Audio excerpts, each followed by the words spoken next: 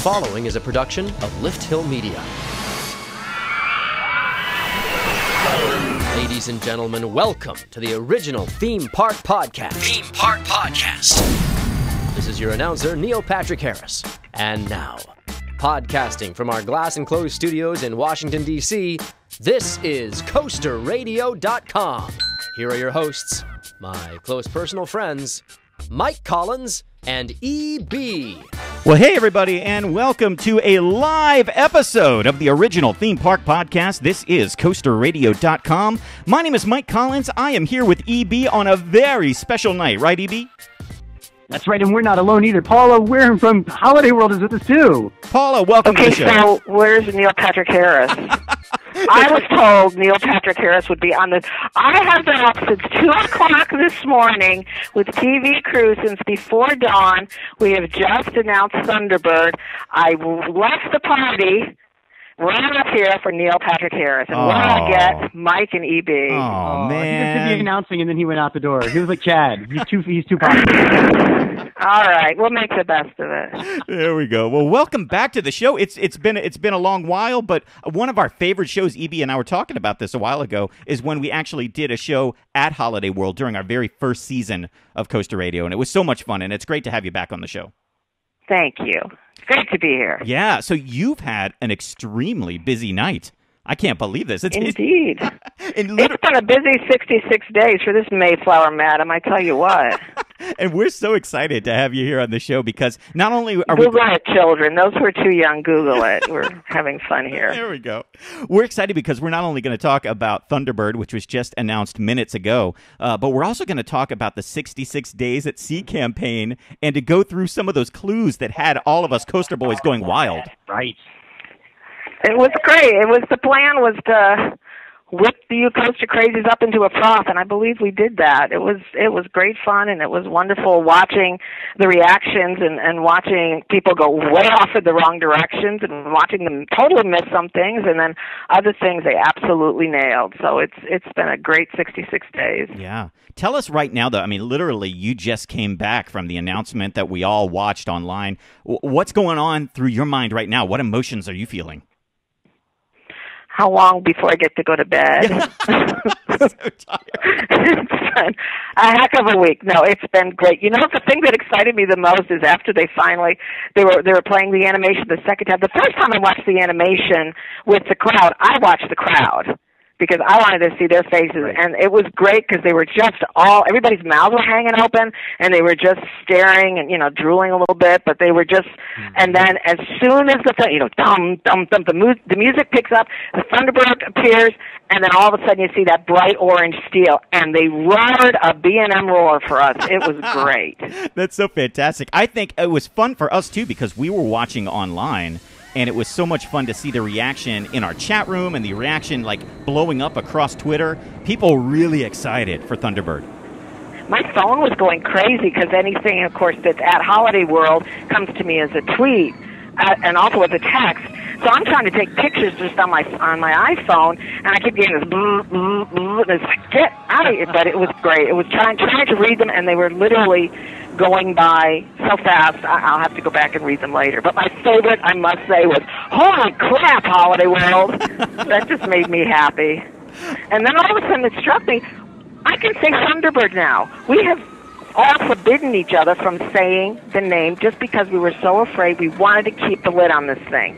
We weren't allowed to say launch for the news release when Mayflower opened. Of course you say you launch a ship. No, not this year. So I started yelling like a crazy person. I can say Thunderbird now. I can say it loud and say it proud, Thunderbird. So everybody kind of looked at me funny. That's one of the things that we were most amazed with is that you guys were able to talk about this ride on the 66 Days at Sea campaign for, almost 2 months or a little more than 2 months, and nobody had an idea up until 15 minutes ago what this ride was. Yeah, it was, I think if you go back now and take a look, you'll go, oh, and kind of figure some things out. But, I do have to say, and I never quite, I think I said it in a very early blog post, but a lot of what's in the 66 Days is history. a lot of it was what the Pilgrims were going through and the others on that ship. It just sounds like they had a heck of a time, because they were 6 weeks late in getting on to the Atlantic Ocean because that Speedwell boat twice sprung a leak, and they tried to fix it and weren't able to. So they got a late start, and the weather was very bad, and the tiny ship was tossed. If not for the courage of... Oh, wait, wrong. There you go. Sorry. I think you but it was a little bit of a history lesson with this whole thing, too, because people were going back and actually going and reading the real history. And so you kind of taught people a thing or two with this campaign, I think. Well, that's good, because I'm all about education. There we go. I remember you were giving us some education, too, when we came down and visited you. You were telling us about the Mayflower back then, and I remember, like, me and E.B. and Flava, we were all learning a lot. I remember that. It's amazing how, we learn a little bit. We just kind of glaze over things in school, and when you really dig in, it was really fascinating. And something, I hope I don't offend anybody here, but learning that about 60 of the 102 on board were called the Saints, and they were the people who were leaving Europe for religious freedom and wanted to go to the New World. And then about 40 really were, I guess, they were called the strangers, but they were more or less capitalists who were going to the New World to right. make a living. And those two groups couldn't stand each other. But it was so funny, because just reading how they got along and didn't get along, it's like, oh boy, nothing's changed. Yeah. 400 years later, and we're still bickering and fighting and calling each other names. So it was really, really interesting. Well, before... and I do have to say, there is nothing in the Mastiff's jowls. Oh. There was nothing in... There were two dogs on the Mayflower, which I just found fascinating, that you'd bring your dog on well, of course you would, I guess, if he's your pet.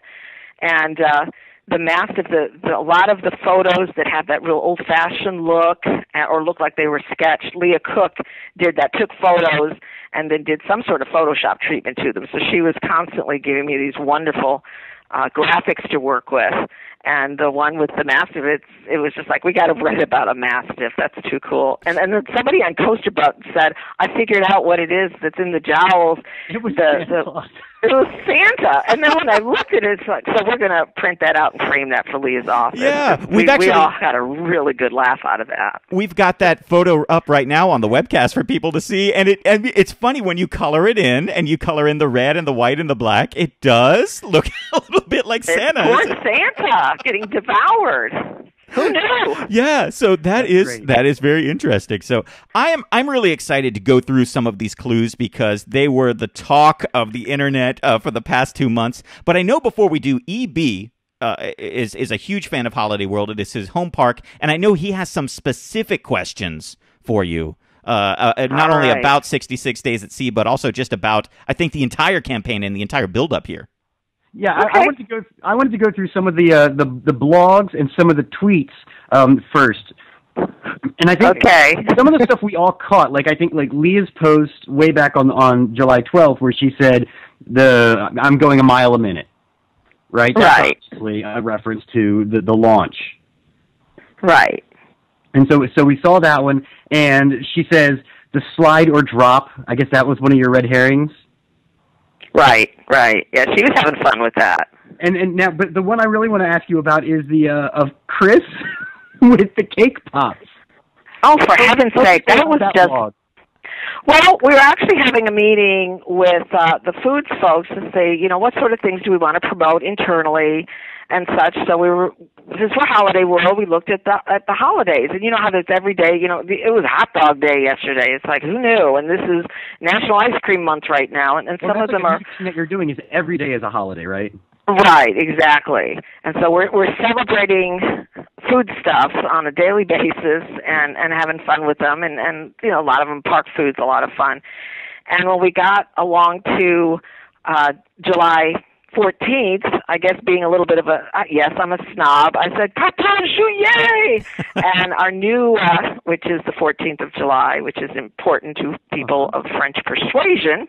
And Chris, our new VP of Operations, said, knew it was Bastille Day, and we were talking about cake pops at that point, and he said, let them eat cake pops. And I was so tickled that he got the whole Marie Antoinette thing and everything, because sometimes I have to say things and people just stare at me kind of blankly. So and funny. so it was just, we have to use that in a blog post.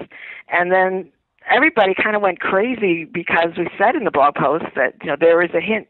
Chris's hint is already in there, and it was Bastille Day. There we go. Right, and that was his hint that just came out. I guess it was in today's blog post where you had everybody giving the little hints. Well, he was reminding everybody that no, it was just Bastille Day. It had nothing to do with 3 cake pops. It had nothing to do with the fact that they were headless cake pops. I enjoyed that part of it. I thought that was great. I got a kick out of that. And I love it because people were hanging on every word of these blogs and every word of the 66 Days at Sea posts. I loved it. It was so great. It was, thank you. It was great. It was, you plan something for months and it's what you hope it's going to be, and then you think, let's see what happens.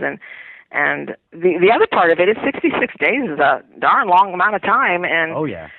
And there wasn't much going on that ship, and some of it I didn't want to include because, it got stinky down there. That second month, the weather was terrible, and they had to stay below deck, and God help them, they couldn't even pitch out there, and it was gross. It's like, well, I can't write about that. We're the cleanest park. I'm not going to draw any, can't draw any parallels there. Right. So, and part of it, too, was, you don't want halfway through people to get bored and say, oh, who cares, right. or... Just another picture of the sky, another picture of the sea. Yeah, and I did hear a couple of those about it's just another cloud. And it's like, look at the clouds, children. Look at the clouds. Yeah, because I want to see if we can a lot of the clouds, if you look back at them, you'll see something. Sometimes it's just a pretty cloud. Sometimes it's just a fluffy cloud. In the first month, I tried to use pretty fluffy clouds, and there were beautiful clouds this summer, beautiful blue skies and puffy clouds, and sometimes it was just, oh, that's really pretty, and then somebody posts, oh, that's boring, and it's like, clearly you haven't spent time outside looking at the clouds. There are a lot of people who do you good. They're just on their computers. They're looking at the coaster videos all day long. They need to get outside, see them for real. You know what I'm saying? I know. One thing I'm wondering, did you notice how the background changed? Yeah. As the weather got worse, it got darker. There were more waves, and the ship had more of a bounce to it. Yes. Yeah. So what was the significance of that? Was it related to the story of the Mayflower and what was happening there, or does it actually correspond to the ride somehow? Actually, it was called Mood. So actually, it was my mood. If I didn't feel it, it was like, you're a 10 today. But one was the brightest color and the mellowest looking ocean. And so that's how we started out. And I thought, I'm not going to use anything 5 or above until we get into the second month. So it really was meant to give the background to describe what the ship was going through, what the people were going through at the time. And as it got darker and stormier and the more white caps on the ocean, it just had, and the clouds going by, they would go by faster, kind of a little Monty Python looking clouds. So yes, it was a lot of fun, and I'd always have to go back, OCD, go back. Oh, did I set my mood? And went back, and I think we caught all the moods. So so that was fun. So one of our very early day 3, of course, we decided that the Mayflower Madam would be an artist as well as a bit of a poet. And so we had the gull and talked about how we wanted to remember what birds look like because we wouldn't see them for a very long time, because you don't when you're out at sea. They're not hanging around. And so everybody jumped on that and got excited. And then we just kind of didn't mention it again. And so then it was like, well, maybe we were wrong. Maybe it was a red herring. And right, and I think that was the first time people said, oh, it's going to be a wing rider. It's going to be a wing rider, not a bird. Right. Yeah, but then they also said, flyer? They got excited about that. Oh, that was the thing. Everybody thought it was going to be a flying roller coaster. I was like, really? I don't think they're going to build a flyer, guys. So and I'm such a moron. I'm going, flyer? What's a flyer? It's like, what have I done? Oh, no, I'm giving a clue that it might be something that it... and so I've learned a lot, too, not just history, but I've learned a bit more roller coaster lore. Oh, yeah. Same with the pictures, then. Let's jump to day 6, which was the barrel. And everybody was, oh, it's a barrel roll. Right. That was an easy one. And it was also kind of, what did we talk about, how they ate salt fish? Right. When I researched what they ate, it was pretty disgusting. That was the nicest thing I could come up with to mention. Everything they ate was pretty nasty. So that one felt like a little bit of a stretch, but I definitely wanted to show the barrel because it's like, oh, come on. And I have to be honest, at that point, I didn't know there was a barrel roll in it. I was doing it as a red herring, and it turned out to be true. Wow. Yeah. Wow. And, while we're talking about, I'm surprised we haven't even brought this up yet. When you were first announcing this campaign, you sent out wonderful packets to all of the media that included Mayflower fudge and a nice link to the website that was in there. But also, it was inside of a bunch of shredded pieces of paper. And I just this was right there in that same first week, Mike. This is right. when that happened. That's right. And so I would love to just hear behind the scenes of what you were thinking as you sent that out, because everybody knows that our own EB was the one who sat there at his desk at work with glue and tape and put it all together and found something. I would just like to know what was going on at Holiday World behind the scenes as you were watching this. When we were planning what to put in these kits, and we wanted to do Mayflower fudge. Right. And we bought these little tiny wooden boxes because we wanted the journal to have been found in a wooden box after many, many years, and that the power of the Thunderbird was actually unleashed again once we found this journal and opened it up. And so we sent that out with the date on it of May 19th, which was the start of the 66 days. And we were just talking, and it was me. It just popped into my head, and I said, asked James, one of our VPs, who's in charge of this project, and as far as building Thunderbird, and just asked him. I said, "Is there anything we can get as part of the plan that would just be a corner, just be enough to get people wondering, and then shred it up real small so only the most lunatic of persons with so much time on their hands will put it." I said, sure. I remember clearly saying, surely there'll be one moron who will no, I didn't say it. There'll be one person who will take the time who will notice that there is something about that paper. And sure enough, it was EP. There we go. I got a real charge out of that. And I have to admit, I probably wouldn't have noticed it if I had opened it the day it arrived in my mailbox. But because I didn't get to it for, I think it was 2 days later, and at that point there was already so much speculation online and about searching for clues, even with just those first couple of things, that I guess it turned on something in my brain to pay attention. And I think I also was lucky that one of the shredded pieces of paper on the top, I could see it said footing. Because that was when I was like, wait. Oh. And so I got lucky with one. And plus you were probably all hopped up on the fudge because I bet you didn't share it. Right. And then I gobbled up the fudge and told people, yeah, mine didn't come with fudge. I don't know what you mean. There we go. That's great. Okay, on day 7, no one got this. Look at that first photo. Oh, here we go. What do you see? There we go. Day 7 is up for everybody to look at on the webcast here. What do you see? The clouds again, right? Yeah. But you also see a little bit of blue sky. What might that be? Oh, see? What is that? It's a keyhole. I finally learned what a keyhole was. I put up a keyhole and nobody caught it. There, you're right. There it is. It is. It's a keyhole. Look at the other one. It's exactly where I would fly right through. Right. That's right. There we go. Good. I like that. See, now were you guys? That's my main point of gloating was that I was like, nobody got the keyhole. They're all wondering about the gyros of the Mastiff, but they don't get the keyhole. Okay, we'll continue on. Only 59 days to go, and these guys don't catch the keyhole. Wow. Were you guys having fun, though, just kind of laughing at all of us behind the scenes going wild? Like, 'cause I could just imagine that in your offices, just having such a great time there.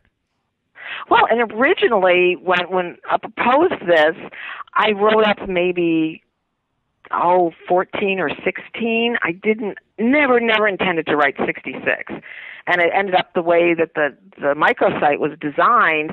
It was like, oh no, I have to write. It's every 3 days, every 4 days, like a normal blog. We'll just do it. And then it really needed to be a daily journal. So then, it wasn't always a jolly time. There were some times it was like I stayed at work an extra hour just going, what am I going to talk about? What is this woman going through now? And so I do some research, and the one thing, and this is totally my own insanity, but it'd be like, is that word too modern? So I'd look up the word and be like, oh no, that word was created in 1650, and this was 1620. I can't, huh?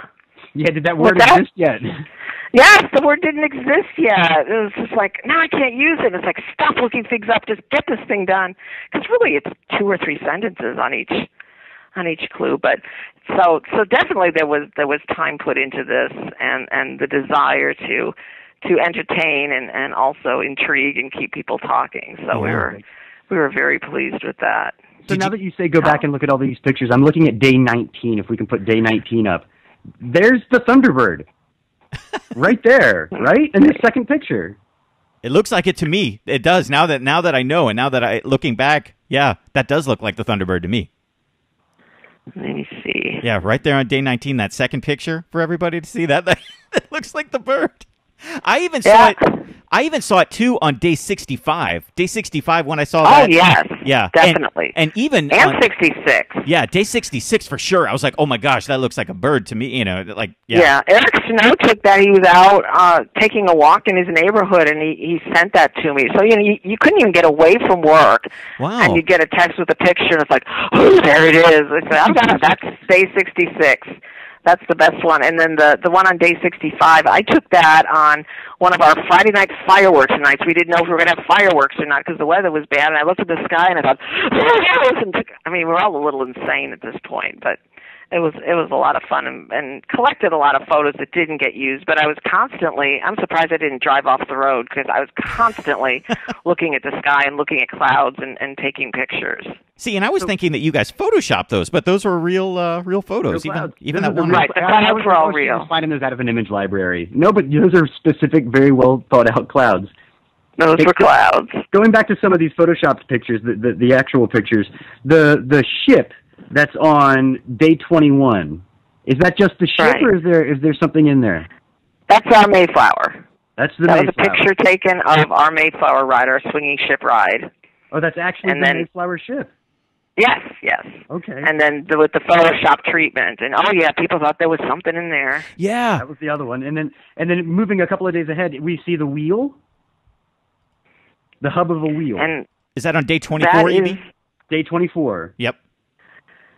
And that, I don't know where that thing is. I think, is that something down at the Voyage, maybe?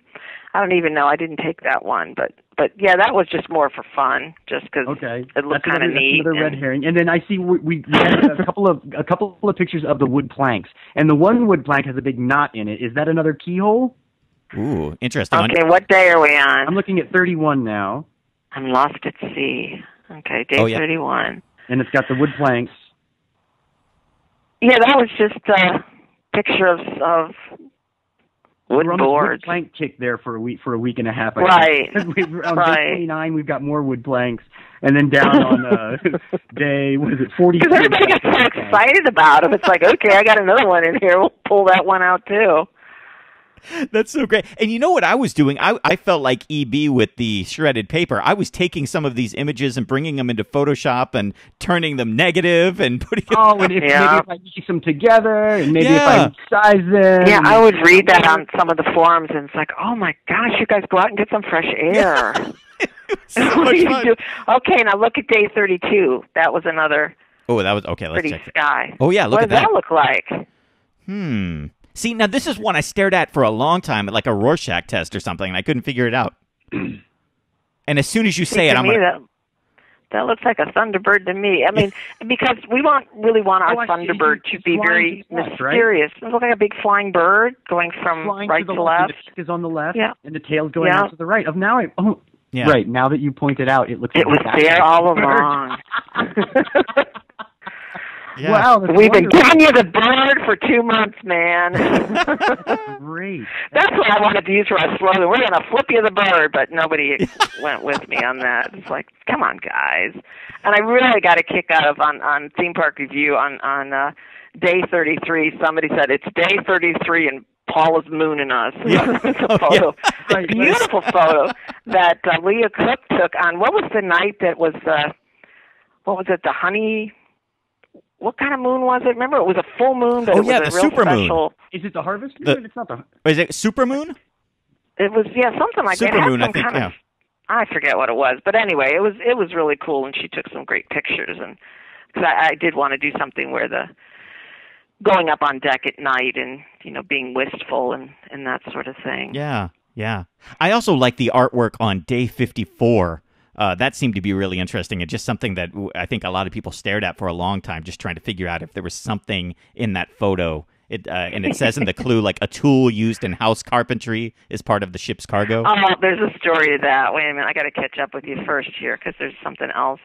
Oh, and the other thing, I never intended from the start that the children that I reference, I meant it to be that I'm a mother, a pilgrim mother, and I have pilgrim children. Mm-hmm. But all of a sudden, some enthusiasts started posting, I think she's talking about us. I think we're the children. Immediately became, we are the children. And then, of course, it had to be, the children must be patient. Let's calm their simple mind. Then it got too fun. It was, it was my great... I remember thinking that too. Joy in life. Yeah, I remember reading that too and thinking, "Oh my gosh, that's because we are all like the children out here, hanging on every word of mom, just waiting." That's right. Yeah. All right, I'm catching up with you. Let's see. Yeah, I love the thing on day 54. Whatever that was, that was like one of the most beautiful renderings there that was just fun to stare at for a long time. Let's see. Almost there. Yeah, and 53 is the planks again, but they're very odd looking. Or is that steel? Guess what those are? Look harder. Look, at first I thought it was blueprints of some kind, but I don't know. Rolled up blueprints on a table.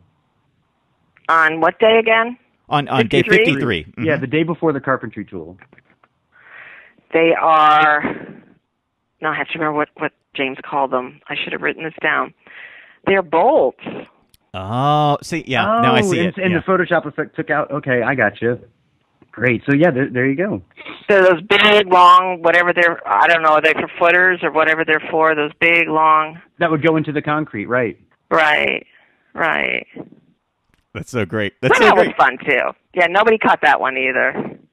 And the great cracked beam actually did happen on the Mayflower. Oh, They almost lost it. It was toward the end, and it was the beam that went horizontally across that held up the main mast, and in a storm it did crack, and they remembered that they had brought along a tool for carpentry. No, and I wasn't calling somebody a tool, by the way. That was actually, and actually the tool's name, everywhere I read it, it was called a great iron screw, and I thought, I cannot put that in there. People are going to think there's something awful going on. So that I finally did more research and found that it was indeed a tool used for carpentry and building houses, and then found there's a museum, a pilgrim's museum in the Netherlands that had acquired one. Wow. So that's actually a picture of one that they have. So it's basically a jack, a house jack, yeah. But it is what supported that beam so that they were able to continue. And then I ran into a problem because a couple of times we talked about reefing sails, because I found that pretty fascinating too, that when the storms were really bad, you didn't want the wind hitting the sails like that, so you'd actually take them down or you'd wrap them up so that you were really adrift, but it was it wasn't as rough as it was when the sails were out. And as I was getting toward the end, I thought, we're just going to reef those sails and leave it alone. And then all of a sudden I thought, wait a minute, in the animation, the sails are out. It's like, oh, no, I got to get those sails back up again. So, that was another time that I sat and scratched my head for a while. And I went home and told my husband, I said, it was like that. I mean, he's told me the stories of the International Railway when they started from east to west and west to east, and then it didn't match up in the middle. I thought, I've done it to myself because I'd finished the last 6 early on, and so when I was getting day 58, 59, it's like, oh man, we got to make sure these sails are going the right direction. So yeah, it was interesting. See all the fun stuff that was going on behind the scenes. That's pretty neat. Yeah. There was also another great photo that was fun to look at on day 46. It looks like some ropes that were there, and a very close up of the knots of the rope. I like that one too, and was trying to figure that out for a long time, what that might be. Yeah, there's nothing in there either. Yes, see, yeah. So it was like, go take pictures, and we have, of course, around Mayflower and around the voyage, we have some wood and and fencing and such that has wood on it for theming.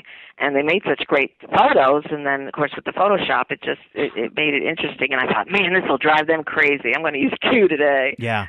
So that's what the rope was, and I couldn't find. I really struggled finding a way to talk about rope. That why would she draw rope? Right. And really the only reference I opted not to do because I had to do with somebody falling overboard and having to be rescued and such. And I thought, we're going to stay away from that right now. Yep. But I really like those pictures too. Yep. And all of the water talk, especially at the very beginning of the 66 days, going back to those. Yes. That all at this point seems like it's merely a reference again to the Mayflower's voyage itself, and so it's either just a part of the history and the theme, or it's a reference to crossing the voyage and the voyage going through water. So, because there's no water in this ride, which I think is probably the number one thing that people are going to be scratching their heads about is, I thought for sure there was going to be a water element here. Right. Well, and, we removed Giraffica, and everybody was trying to find a way that we could, and that was something we kind of chuckled about at the beginning. Let's make them all think that. Right. Yeah. Yeah, and so that was a good direction to take just to kind of keep it interesting. Yeah, because no water. Yep. Because that was interesting on day 2, the YouTube video that I remember a lot of people talking about that because it would look like it was in Splashing Safari's wave pool and, it was coming out. And so I know a lot of people stared at that video for hours trying to figure out what that might be. That was good. That was nice. The GoPro, we threw it in the water. It was like, oh, well, we have some others. We kept trying to catch a storm. Oh, this is a good story. We kept trying to catch a storm to get some really good crazy clouds, and we get some crazy storms around here, and it never did storm, which is good, but the one day it started thundering, and we went outside with the GoPro. We thought we're going to get some really good cloud movement and just really rumbling, and it was the weirdest thing. It was straight thunder for, I bet, 15 minutes. It didn't start and stop. It was just and it was creepy. It was really, and I never saw lightning. It was just this really loud, really violent sounding thunder that went for 15 or 20 minutes. I'd never seen anything like it, so it was kind of like I'm going back inside. Wow. Yeah. All of the pictures throughout the 66 days, I think, all of that, and the website itself, it's all so good, and you guys did such a good job with it. So congratulations. Yeah. And I want to go back to some of your Twitter hints real quick. Okay. The first one I want to ask you about is the picture you posted of Lauren reacting to the ride reveal. Right. What specifically, what was she reacting to there? Was it the name? Was it watching the animation? What was it? Yes, she was watching the animation. Wow. Okay, and I'm guessing that's the look that you described earlier in the podcast of everybody. Right, the mouth just has to hang open. You can't get enough air at that point. You just can't believe it. And just... we worked with the animator, and we also worked with a composer because that piece was written for this. Right. So we had our own music written, and just the way it all came together, and just it was constant. We saw so many versions of it, and then I remember at last when they added the lightning, when the Thunderbird's crashing through the buildings and everything, it was like, wow, this is really amazing. We're just so proud of it. Little old holiday world in Santa Claus, Indiana. This is kind of big time. Yeah. It's definitely big time. Now, you also mentioned on one of your tweets that you had to get a technology lesson. What technology did you need to learn about? Flywheel. Flywheel. I don't remember a thing about it, but I got a good lesson. And actually James and he's a really nice guy, and he was explaining how it works and, how a launch works.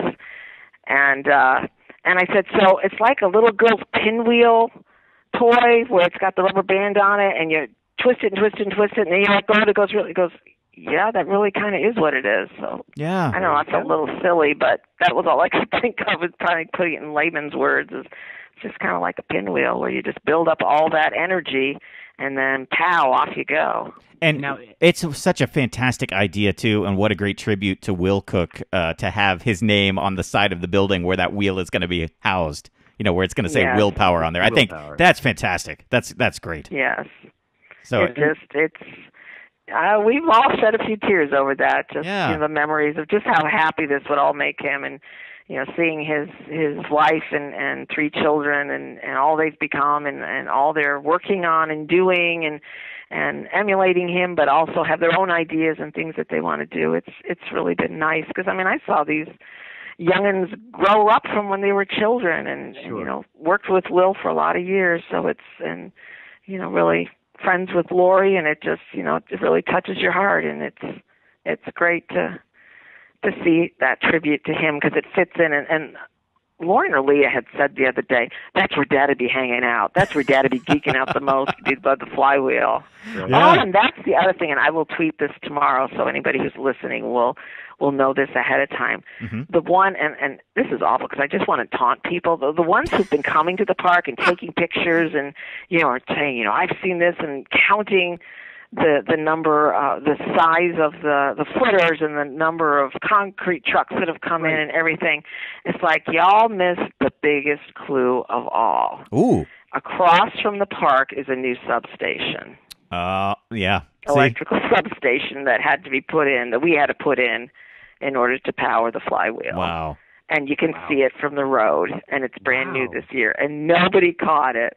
None of the Coaster Boys visiting caught that? I'm surprised. They were all looking at the park. They weren't looking across the street. Yeah. Right. It's right across. It's a little to the north, but it's across from our property. Oh. And I asked about it. Is that the substation there? I said, nobody's seen it. We got to use that as a clue later on. It's like, let's wait. Cause, you want to give a little bit away, but you don't want to give too much away. Sure.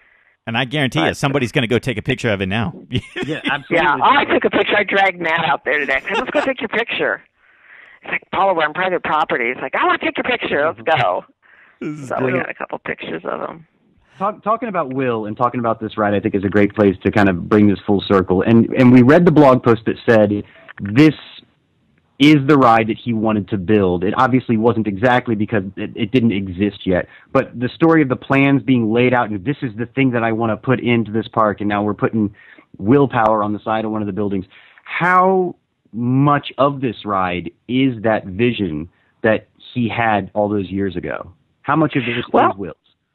As it turns out, James Oliver, who's the vice president of development, who is in charge of getting this Thunderbird built, said that he was going through some old files and he came across that design from 2009.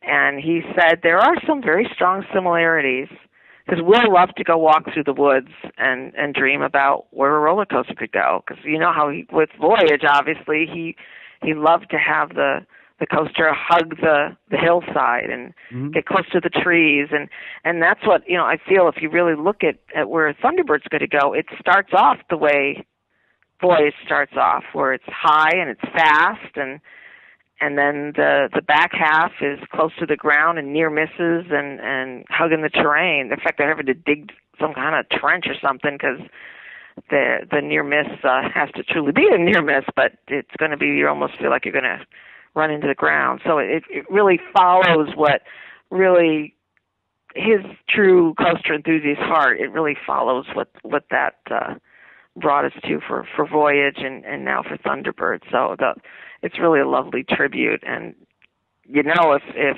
Will Koch had the original idea, it's got to be a great coaster. Yeah. Awesome. We've been doing this show for a long, long time, and EB, I know you agree with me. Will was easily one of the best guests we've ever had on the show, like one of the best conversations ever, and one that I think we've replayed several times on here just because, he was the genuine article, the real thing, For sure. Yeah. So, yeah. He was who he was, just a sweet guy and smart as can be, just a kind, decent person, and, we sure all miss him. Yeah. Yeah, well, this is going to be a great tribute. I'm so excited. I'm excited for this, to get back to Holiday World and check this out. And EB, you're lucky. EB, you're so close to it. I'm jealous of you, man. It's an awesome ride, Paula. Congratulations on the ride and congratulations on the successful campaign.